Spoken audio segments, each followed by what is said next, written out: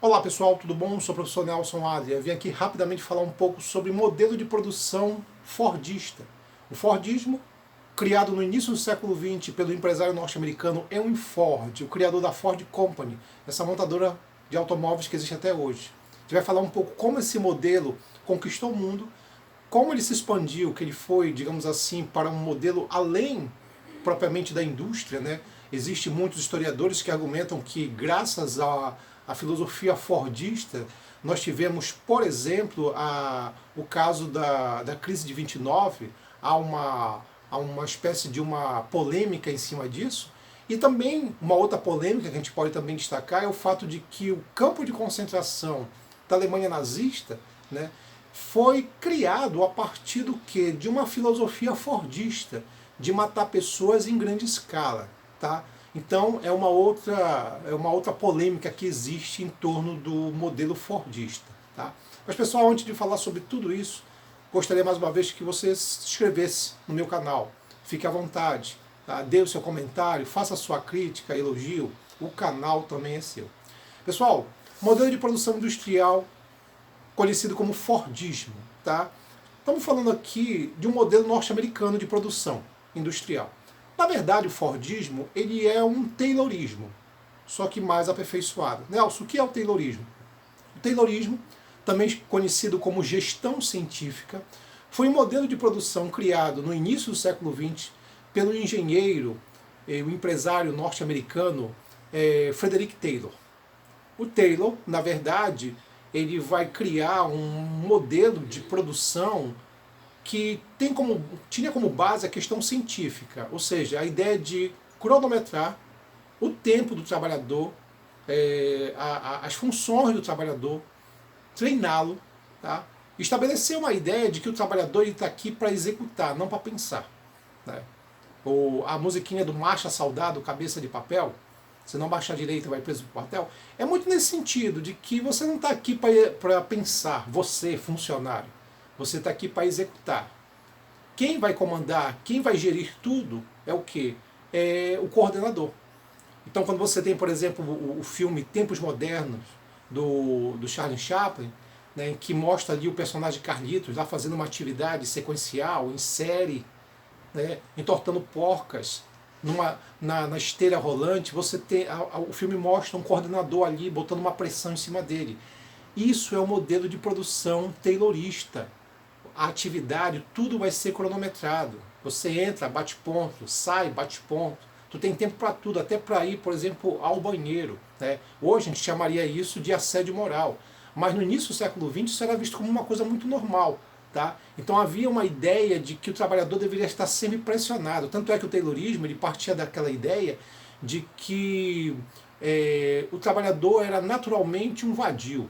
O cara estava sempre criando alguma desculpa para não fazer nada. Né? Ele chamava isso, o Taylor, de vadiagem sistemática. Tá? O que vai acontecer? Esse modelo de produção ele vai ter o que? Um boom no início do século XX. Só que o Taylorismo ele tinha um problema, ele provocava a insatisfação do trabalhador. O trabalhador ele acabava ficando mais explorado, né? Ele ficava, digamos assim, mais insatisfeitos, e trabalhadores insatisfeitos, na verdade, não produzem. Pelo contrário, até começam a desenvolver sabotagem. E o número de greves provocadas pelo Taylorismo, ao sindicato dos trabalhadores, foi cada vez maior. Então, o Ford, o Henry Ford, tá, esse empresário norte-americano, ele entendia mais ou menos assim, que o Taylorismo era uma ideia muito boa, de produção, né, de aumento de produtividade. Então ele achava que era uma ideia bacana o Taylorismo, só que tinha defeitos. E um dos defeitos era provocar a insatisfação do trabalhador. Por isso que o Fordismo ele vem com uma ideia um pouquinho diferente. O Fordismo parte da ideia de que, por exemplo, eu tenho que aumentar a produtividade, eu tenho que provocar a ideia de uma sequência de produção absurda, mas para isso eu preciso fazer com que o meu trabalhador, ele na verdade fique satisfeito. Então o Ford ele vai primeiro criar algumas situações. É importante entender o seguinte, o Fordismo, quando se fala do modelo Fordista, o ambiente é basicamente uma empresa de automóveis, tá? Então Ford tinha uma empresa de automóveis e ele produzia um bem, digamos assim, caro, porque o automóvel no início do século XX era uma coisa muito cara, né? Coisa de milionário, não era coisa de classe média. Tá? E o Ford, ele vai buscar primeiro o quê? Ele fazia um tipo de produção, um tipo de automóvel que tinha um preço elevado. Qual era a sacada dele? O que ele queria? Transformar um produto caro pra caramba em uma coisa mais barata, mais acessível ao consumidor. Tá? Então, nesse sentido, a primeira coisa que ele vai fazer é tentar melhorar a qualidade de vida do trabalhador. Porque ele entendia o seguinte, o que o trabalhador quer? Melhor salário. Muito bem, então vamos dar o melhor salário para ele. Então o que ele percebeu? Ele percebeu que no início do século XX, o trabalhador fazia uma atividade de 10 horas. 10 horas de atividade. Só que ele percebia que sempre os dois últimos horários, a produção era muito lenta. O trabalhador ele perdia a produtividade nas 2 horas finais. Né? O Taylor também percebeu isso, o Frederick Taylor, o criador do Taylorismo. E dizia que isso era embromação do trabalhador. O trabalhador está ficando embromando para deixar o tempo passar para poder ir embora para casa dele. Só que o Ford entendeu que não era isso. Que o cara das 10 horas começava a diminuir o ritmo nas 2 últimas horas porque ele começava a se cansar. Então esse cansaço fazia com que o ritmo do trabalhador diminuísse. Isso era improdutivo, porque se o empresário forçasse a barra para cima do seu trabalhador, ele sairia da empresa muito cansado e no outro dia estaria mais cansado que no primeiro dia.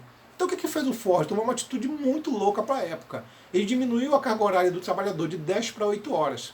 Por quê? Porque ele percebeu que essas 2 horas elas eram improdutivas. Né? Claro, o trabalhador, quando percebeu isso, achou que o Ford gostava dos trabalhadores, era um cara bacana, que nada disso.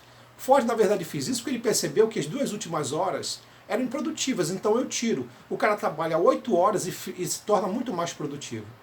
Claro, os empresários na época também falaram assim, os colegas dele assim, cara, mas se tu diminuir a carga horária de 10 para 8 horas, tu perde mais-valia. Aí o Ford pensou assim, não, se de 10 horas eu diminuo para 8 horas, eu ainda ganho 2 horas de mais-valia, então é lucro para mim.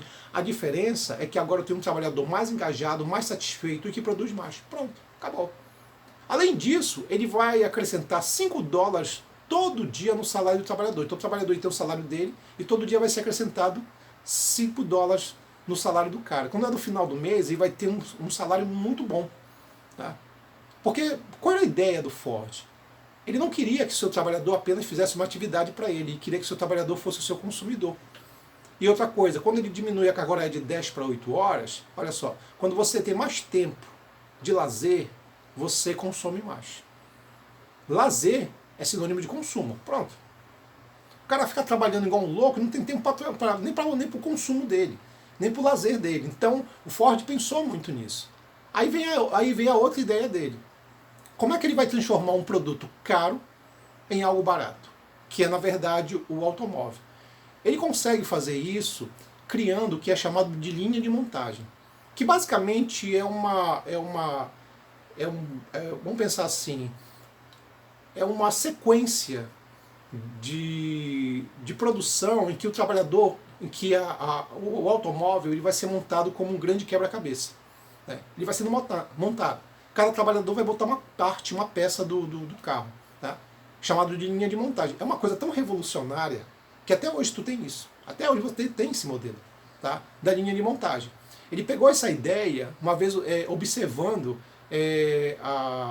uma vez ele foi num frigorífico de um amigo dele em Chicago, e ele viu que, por exemplo, o gado ele era retalhado e se tirava partes do gado e cada trabalhador tirava uma parte do gado.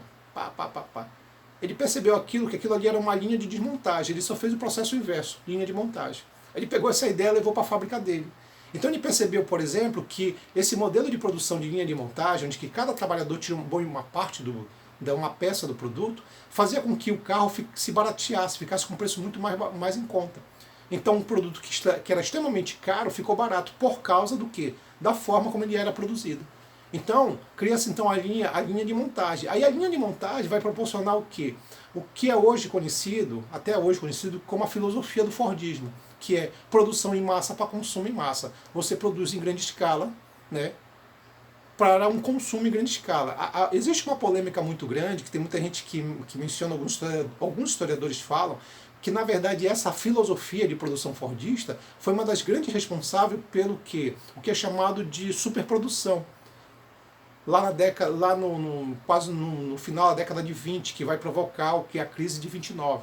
Tá? Então tem gente que fala, por exemplo, que o Fordismo foi o grande responsável por uma produção em massa de produtos em grande escala, né? O que vai provocar o que é a quebra da Bolsa de Nova York. Outros também falam também do Fordismo como uma crítica de que o Fordismo foi um inspirador, por exemplo, dos campos de concentração, porque o nazismo, e tem relatos de muitos engenheiros que construíram o modelo do campo de concentração, de que eles usavam muito o modelo fordista de produção. Quer dizer, a ideia é o seguinte, era matar pessoas em grande escala. Né? Então a ideia, por exemplo, de botar todo mundo aqui no local, né? O gás venenoso cai e tudo mais, as pessoas morrem e depois põe tudo na fornalha. É um fordismo de matar matar pessoas, é uma coisa mórbida. Então há uma polêmica em cima de tudo isso também. Até a União Soviética, né, que está falando aqui de um país com um modelo socialista de produção, adotou o Fordismo na sua indústria de base, né, principalmente na década de 30 e 40. Né, esse modelo se expandiu também para a União Soviética, com países socialistas. Né. E hoje, se você verificar, o modelo Fordista ele ainda é usado principalmente nas cadeias de lanchonete. Cadeia de lanchonete, né, que você tem a figura da comida rápida, aquilo ali é um Fordismo de comida. Por quê? Porque é uma comida rápida que é montada, né, é uma produção rápida para um consumo rápido. Tá? Por isso que o nome é comida rápida. Então, não é uma comida extremamente saborosa, delicada, com um temperozinho. Vai fazer isso, vai lá na casa da mamãe, lá eu vou ter uma comida caseira, ou vou num restaurante. Lanchonete é isso. Quer uma produção, quer uma coisa rápida? Tá aqui, olha, a produção rápida é uma comida rápida para um consumo em massa. Tá? Então a gente vai dizer que hoje as cadeias de lanchonete elas reproduzem esse Fordismo, né, que hoje a gente pode até chamar de um Fordismo de comida. Mas o que é interessante no modelo Fordista, gente, é que ele não fica somente na indústria.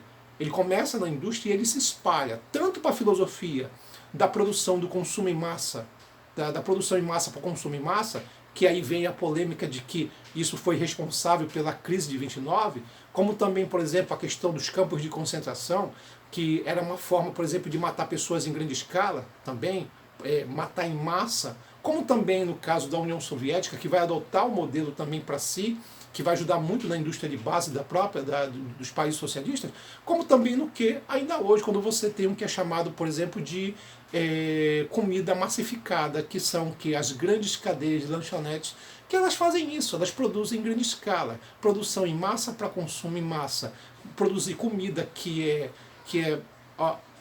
terrivelmente, muito mal nutritiva, né? Que visa somente encher a pessoa, deixar a pessoa gorda, deixar a pessoa obesa, certo? Uma comida que suja teu organismo completamente, não tem nada de nutritivo, mas eu quero me alimentar, é isso. Então você tem uma comida rápida para um padrão de vida rápido. Né? Existe até um sociólogo que ele fala sobre a McDonaldização da produção, a McDonaldização da comida, produção em massa. Quer dizer, que é muito ligado ao modelo fordista de produção. É isso, pessoal. A gente vai ficando hoje por aqui. Um abraço. Tchau.